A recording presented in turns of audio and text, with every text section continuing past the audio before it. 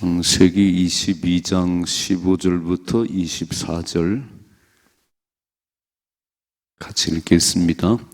여호와의 사자가 하늘에서부터 두 번째 아브라함을 불러 이르시되 여호와께서 이르시기를 내가 나를 가리켜 맹세하노니 내가 이같이 행하여 내 아들 내 독자도 아끼지 아니하였은즉 내가 내게 큰 복을 주고 내 씨가 크게 번성하여 하늘의 별과 같고 바닷가의 모래와 같게 하리니 내 씨가 그 대적의 성문을 차지하리라.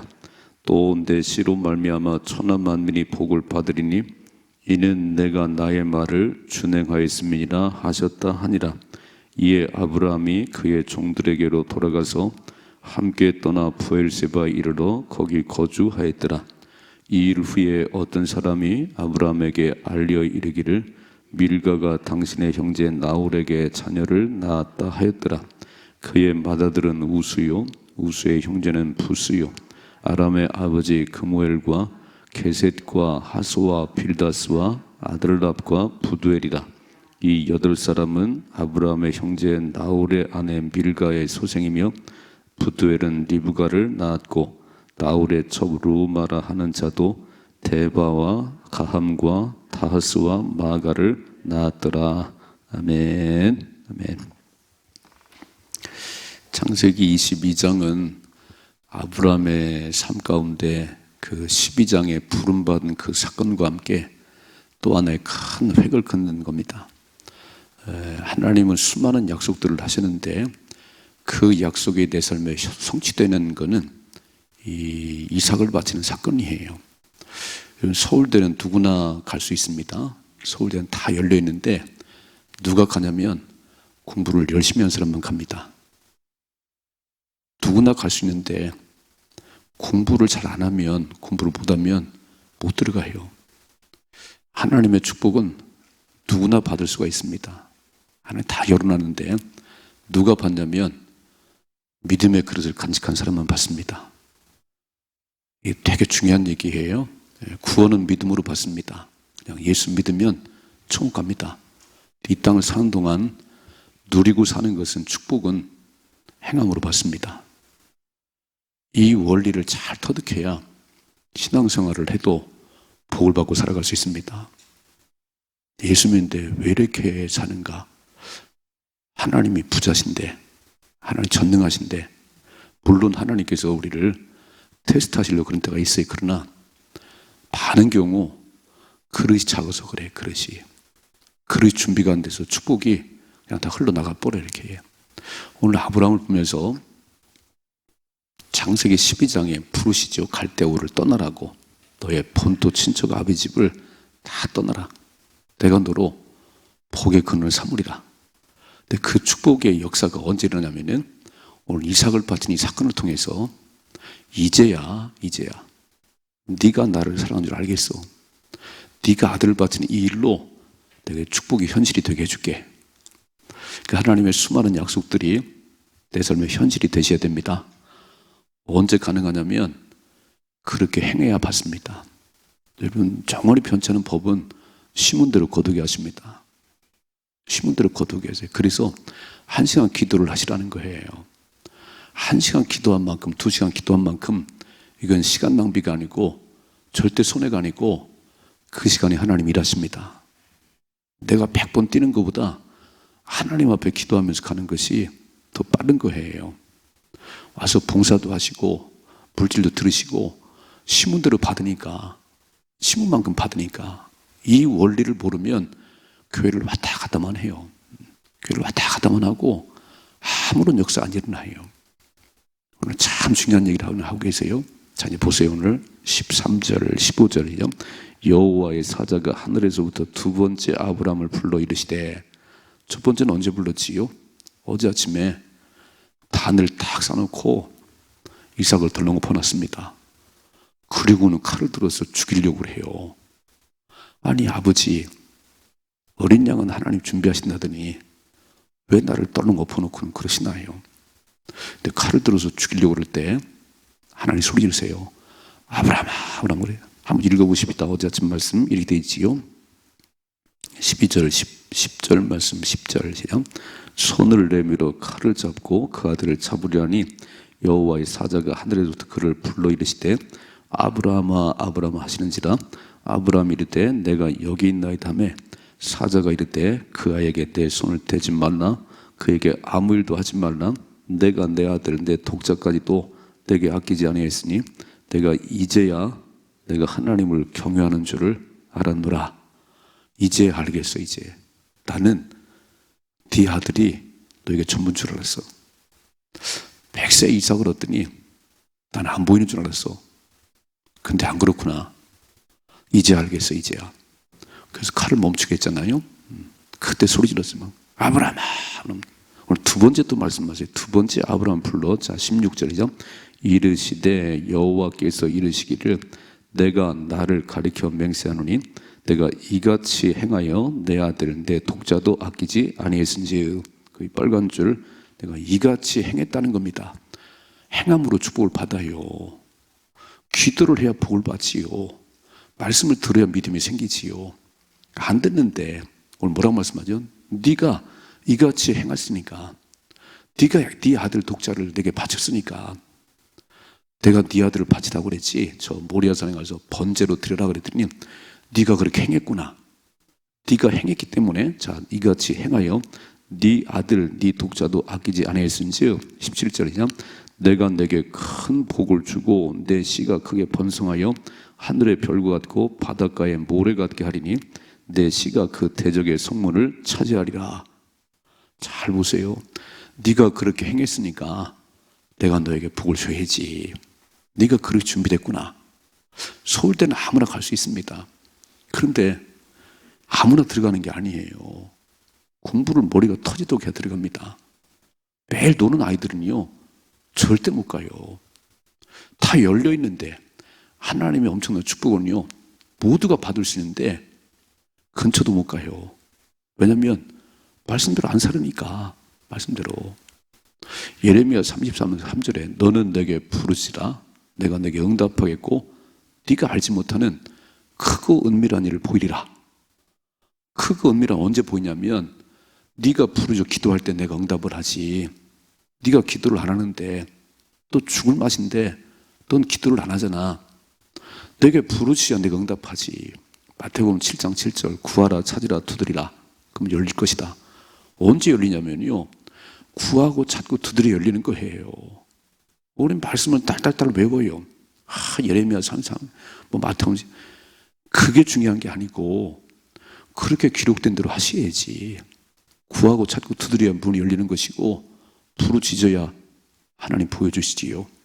오늘 그 얘기잖아요. 네가 네 아들 독자도 내게 바쳤으니 이렇게 행했으니 내가 너에게 복을 줘야지. 이렇게 말씀하지요. 내가 큰 민족을 이루게 할 것이고 네 씨가 뭐지요? 자손이라는 거잖아요. 오늘 내 씨를 몇 번 말씀해 잘 보세요. 네 씨가 네 자손이. 자 보세요.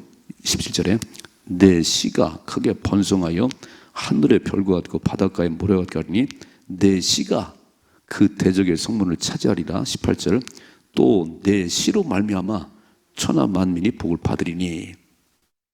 여러분 얼마나 이게 축복이지요? 아브라함아 너를 축복할게. 그것도 감사한 일이. 근데 계속 하나님은 네 자손을 축복해 줄게. 네 자손을.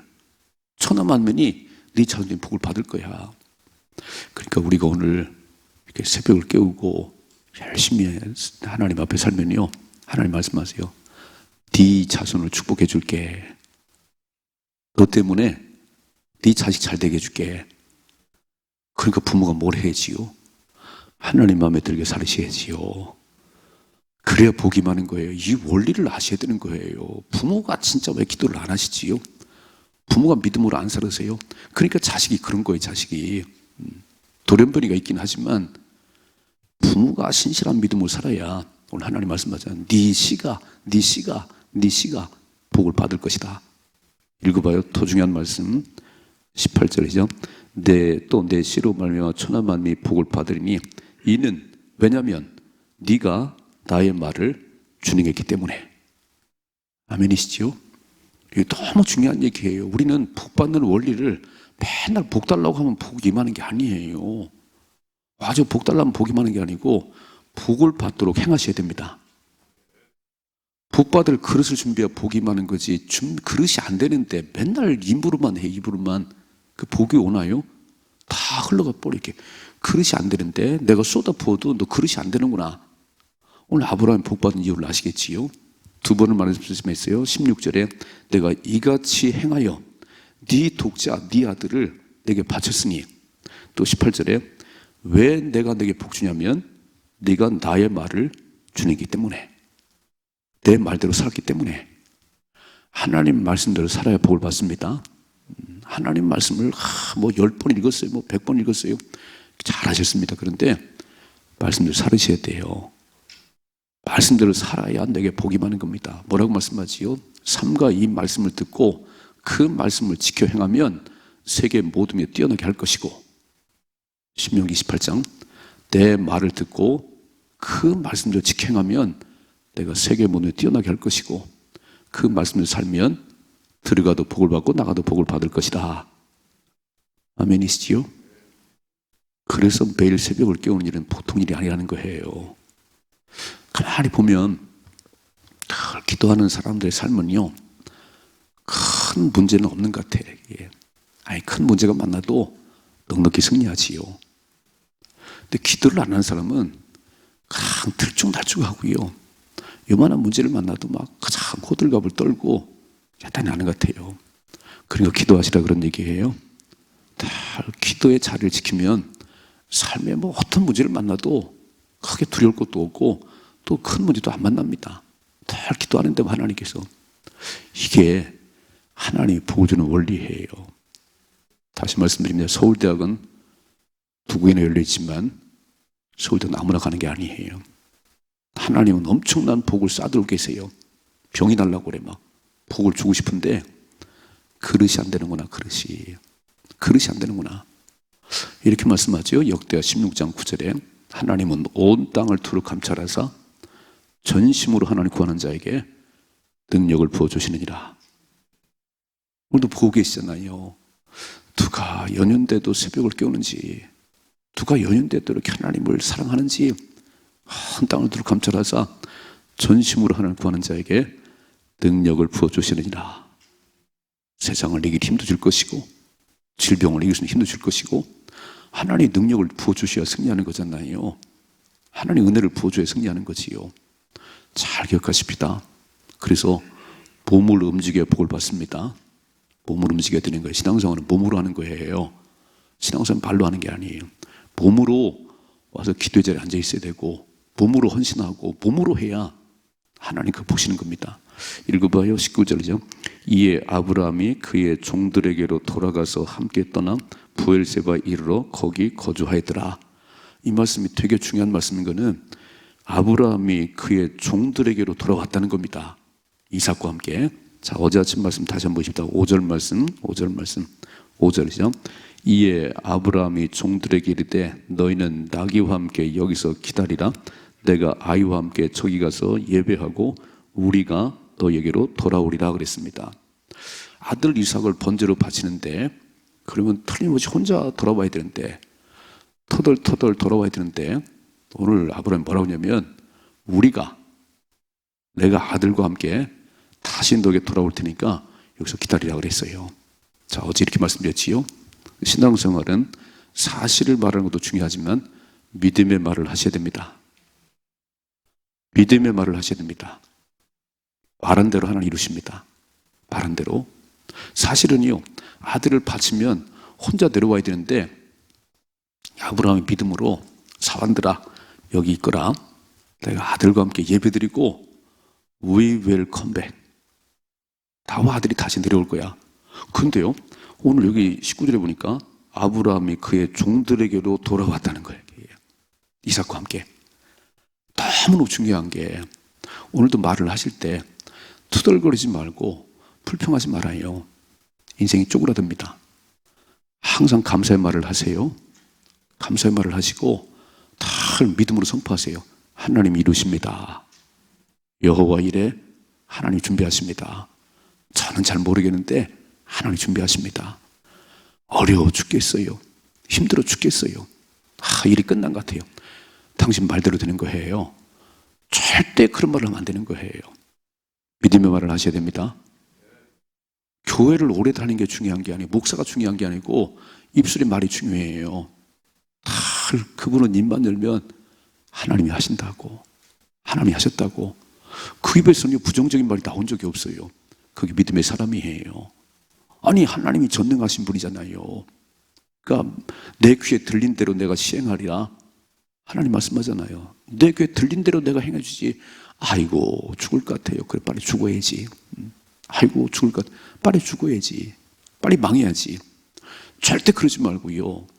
그래서 그러잖아요. 우리 어르신들이 옛날에는 자녀들을 많이 낳으니까 속을 많이 썩었던 것 같아요. 이다가 퇴질 놈아, 이 망할 놈아. 그 망하잖아요. 그러니까 맨날 되는 게 없잖아요. 애들 야단칠 때도 이 잘 될 놈아, 크게 될 놈아, 이렇게 야단치십시다. 말이 중요한 거예요. 아이고 저게 뭐가 되겠어. 저게 아이고 저기, 그 당신 말대로 안 되는 거예요. 부모 말대로.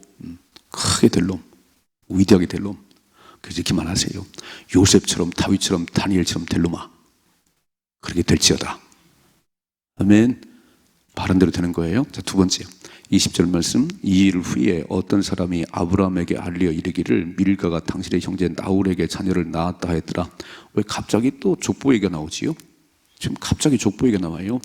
이렇게 족보 얘기가 나올 때는 그 사람 이야기가 시작되는구나. 그 사람 이야기 시작되는구나. 창세기 5장도 마찬가지고 11장도 마찬가지고, 족보 이야기가 나올 때는 그 사람의 이야기를 하고 싶어서 그런 거예요. 그러니까 지금 나홀이 아브라함의 동생이에요. 밀가는 아브라함 동생 하란의 딸입니다.